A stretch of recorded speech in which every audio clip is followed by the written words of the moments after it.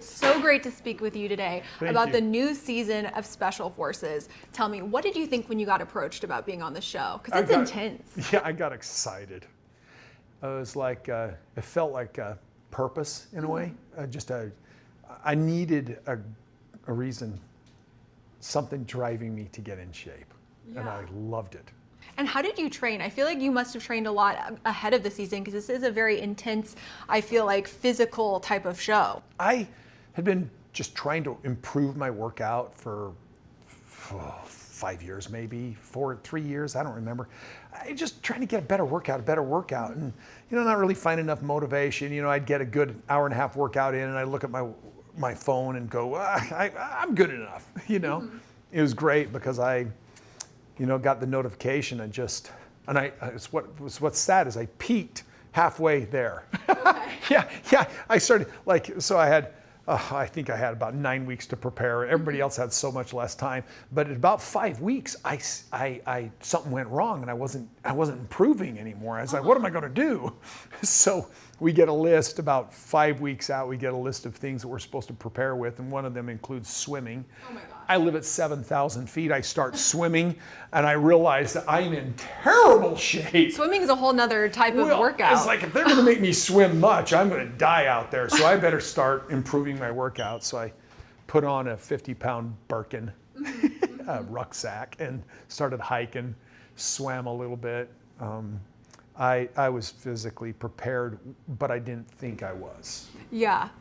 It seems like there must be a lot of challenges on the show. Was there anything that surprised you that you can tease this season? I was surprised how much brain fog I would get into the situation. I went in with all humility going, you know what, this is going to be a tough challenge. I'm not going to brag about anything that I'm going to do, because the likelihood is they will push you, they will find your weakness, they will push you to the point where you break. And that's what I was expecting. And I didn't find it physically. I found my breaking point was like more mentally. Not even emotionally. A couple times I'm sobbing, not out of the pain of the body, out of the emotional state. Yeah. But boy, there's just a few things they would tell me 10 things I had to do, and I remembered 5. Or they'd tell me 5 things to do, and I'd remember 3. It's a lot. It was a challenge in every way, and I think it was designed to find everybody's breaking point sooner or later. And can you talk about, did you form any friendships on the show? Were there any feuds that you can tease? I feel like it might be an intense environment. Yeah, it's a very intense environment. You don't feud. You don't fuel a feud in this environment. It's a team thing. Though it's a competition, it's not against each other. It's for the success of all of you. And once in a while, the DS would say, everybody or every man for himself, or it was a team thing, or everybody for themselves. But in the entire experience, you're rooting for everybody there. And they even challenge that. They find a way to emotionally challenge you by picking somebody to not be part of the group. And that was ridiculously hard. And that I didn't see coming. So I love and respect for everybody that was there, and they even had love and respect for the DS. I expected them to do what they were doing to us, but there were some surprises that almost shocked me in that they found my weakness. Now, has Robin seen the show? What was her reaction when she found out you were going to be on it? Her initial reaction was certainly like, we're going to have to talk about this. Okay. But then I think that she saw where I was going, and the fact that it is almost something I needed, that I said, we're going to have to talk about this. And she's like, no, I've already lost you to this. I'm not going to stop this from happening. Do you think she'd ever want to be on it? Can you see her being on the show? I know, maybe not. Robin, I've seen her in childbirth, so I know how tough she is, because she had children without a whimper. Okay. On the other hand, she's a very, very tender soul, and this is a very mean environment. Not against your peers, but it's an environment designed to break you, so it is cruel to you and your peers. I would never want her to be in that environment. Yeah, and you and her have such a strong bond. What do you think is the key to your long-lasting relationship? I feel like we've seen so much with you over the years with her. Vulnerability. I'm naturally vulnerable, and she loves that about me. And so I lay my burdens at her feet, and she is sweet about it. And fans did see that you were considering maybe opening up your marriage again. No, I wasn't ever considering it. Okay, so that was just a tease. It was kind of the excitement. Like, listen, Robin and I are married. We're lovers. We have a great relationship and everything like that. And getting attention from another woman still, it's dangerous. But it's like, so I'm like, hey, sweetheart, this woman emailed me and she's like telling me that I should get back in my faith or in our religion or this kind of thing. And it was just an experience where the woman was well-meaning in every way. She was kind of telling me to sort of, from a religious perspective, she was saying sort of repent. And I'm like, I just felt like, I've been there, done that. And I'm just telling Robin because it's kind of a funny thing to discuss. And I think Robin and I have such deep ties to this polygamous culture. And we had a lot of happiness during that experience that it's hard to get it out of our system, so to speak. And so it was simply a curiosity. We've had, both of us have been approached this way about people potentially coming into our family. And it doesn't feel very realistic to me at this point because of the trappings of fame, if you understand what I'm saying with that.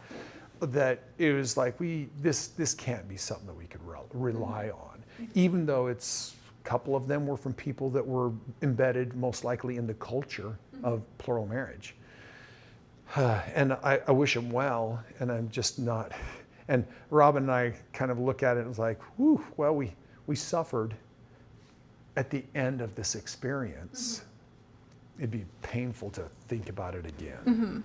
Well, I'm glad you set the record straight on that. I also wanted to ask, what advice would you give to other people who are in plural marriages? I know that you've had an experience with that. What advice would you give to other people in similar types of relationships? I don't know if I'm the person to give relationships advice there. Be vulnerable with each other and have each other's back. My family struggled to continue to be a team. And in the erosion of our experience, the dissolving of our family, there was a tendency for all of us to blame the other person for what had happened. Everybody needs to be accountable for their part in it, and I want to be accountable for mine. And so we went through a nasty breakup with the cell of Coyote Pass is what happened. And after that experience, I did some self-reflecting. Even had my beautiful wife, Robin, say, "You're not the guy. That's not who I married. Why are you behaving this way?" And I had to reflect, and I just felt like the deep spiritual sense that I needed to apologize. I was going to ask about that because I saw that you offered up some apologies. What was that experience like, and why was that the move that you wanted to make? It was a very hard experience because these people that I'm apologizing to are still very mad. What was the second part of the question? Why was this the time that you wanted to make these apologies? Because I wanted to have the whole experience with me going to special forces in a way was like if I could, a phoenix metaphor. I wanted to burn my old self down. Okay, a new era. A new era, and rise again from the ashes. And because this experience has been very painful, it's been very dark for 5 years. It was very hard, sad, frustrating. I reacted mostly in anger, which really just reflected almost like it was just completely bad behavior. And what it was just a lot of expression of pain. I was an open walking wound of emotion. And I wanted that healing so much. I was tired of all the backstabbing between us and just wanted to say, I am sorry. I apologize for my part.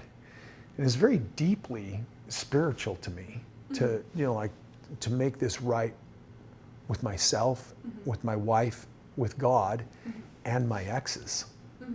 Mostly, I knew that it had to start with the exes, though. It's like, let's set them free with forgiveness, basically. Like if I apologize, they can forgive and be free. Yes. Are you hopeful that maybe you could have a friendship with any of them in the future? Or are you moving on to a new chapter with Robin? Definitely a new chapter with Robin. Robin and I have plans, dreams and goals that we have that we share, and we still are raising young children together.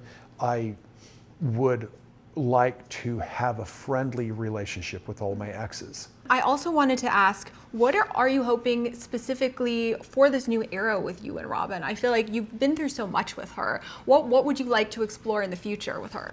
I don't know where we go. Robin and I are in a constant place of exploration in our relationship, in the things that have happened, and the things that we need to do for our household so that we have happiness in our household. Our specific goals are really about things in kindness and communication. How are we going to continue to understand each other? How are we going to continue to relate with each other? And it starts with communication. Oh, yes. And jumping back to Special Forces, I know you brought up your kids. Have any of them, do they have any idea of like what's going on with Special Forces? Are they going to be watching? Well, I've talked to some of my children about it, and some of them have been excited because look, Dad's interacting with somebody that I follow or I watch or something like this. And I think that the idea of the show Special Forces is intriguing in every way, just with the way it's produced. But then if you know somebody or follow somebody or are interested in somebody who's part of it, that's even more so, because it's a dynamic that would put every one of the cast members, all 18 of us, are in a place different than we have ever been with what we do. Was there anyone specific that your kids were fans of on the show? Brie LaPaglia. Okay. Yeah, that came up.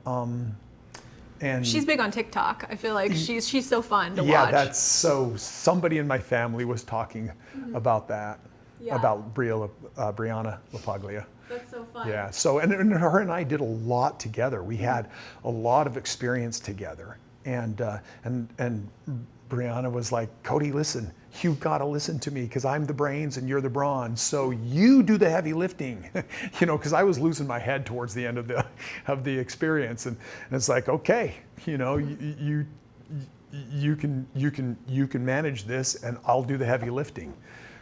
Yeah. Now, if you had to describe, and I know this is going to be hard because everyone's like, oh, I don't know what to say, but if you had to describe the new season of Special Forces in 3 words, only 3, what would those 3 words be?